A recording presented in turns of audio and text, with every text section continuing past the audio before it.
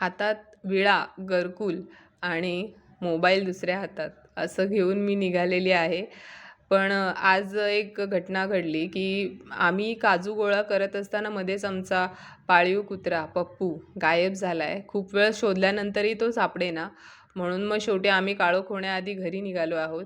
परंतु वळून-वळून मी मागे पाहते, कारण पप्पू जोपर्यंत येत नाही तोपर्यंत जीवात जीव नसणार आहे माझ्या. असं होत होतं, की कुठेतरी असेल, तो येईल, तो येईल असं वाटत होतं. आणि शेवटी मम्मी बोलली, "चल आता काळोख झालाय, निघूया.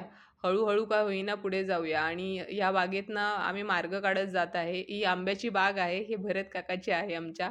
आणि पुढे पप्पा आहेत, लाकडं घेऊन जात आहेत. सुकी लाकडं चुलीसाठी. आणि इथे वेगवेगळ्या प्रकारची आंब्याची झाडं दिसत आहेत तुम्हाला. हा वाडा आहे गुरांसाठी बांधलेला. काळोख होण्याआधी घरी जायचं आहे या लगबगीने आम्ही निघत आहोत. मागून मम्मीही येत आहे.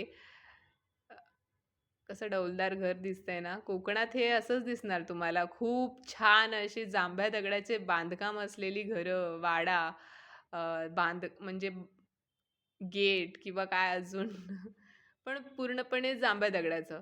पण बघताना जितकं सुंदर वाटतं ना, तसं तिथे राहतानाही तुम्हाला खूप प्रसन्न आणि आनंदी वाटेल.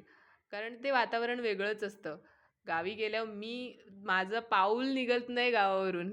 ही वाट आहे ती वळणाची जी जात आहे वरच्या विहिरीकडे आणि गोल आणि चौकोनी विहिरीकडे. कारण तुम्हाला तो ब्लॉग दाखवला आहे त्या 2 विहिरींचा. सो तुम्ही तो पुन्हा जाऊन बघा. पावसाळ्यात त्याचा मी ब्लॉग बनवलेला होता. आणि इथे आंब्याची झाडं आहेत. वरती टाकी बांधलेली आहे पाण्यासाठी. आणि इथून उतरंडीकडे जाणारा रस्ता माझ्या घराकडे जातो. आणि ही वाट दाखवण्यामागचा उद्देश आहे, ही जुनी वाट आहे. अगदी आम्ही लहान असल्यापासूनची वाट आहे आणि ती पुढे जाऊन कुठेतरी तिथे नवीन रस्ता होईल किंवा काय म्हणून ही वाट दाखवलेली आहे मी.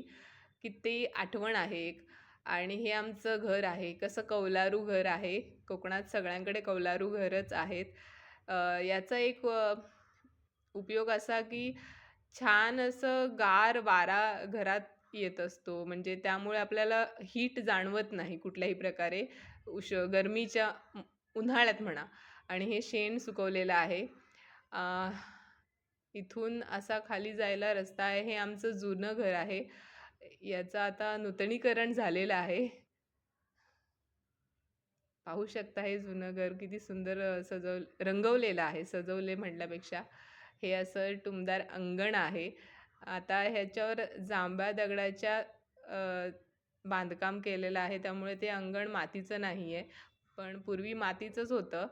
आणि अशा प्रकारे अरे! पप्पू? तुझ्या तर आता काय रे? कधी आलास इकडे? हां? मी शोधत होते ना तुला? शाण्या?